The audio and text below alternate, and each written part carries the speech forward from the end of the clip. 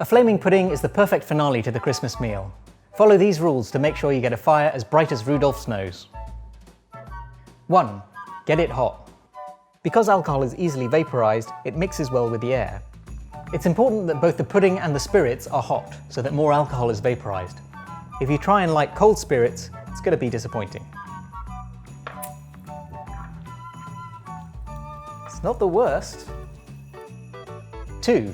Grab the strong stuff. You need a spirit that's at least 40% alcohol, ideally, but if you've got anything stronger, that's going to give you a bigger and longer lasting flame. Here we've got some 63% overproof rum.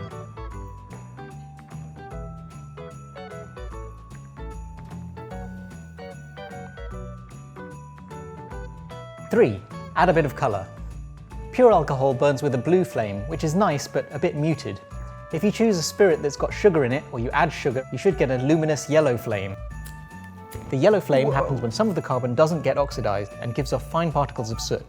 When the soot particles ignite, they make a bright yellow flame. Nice!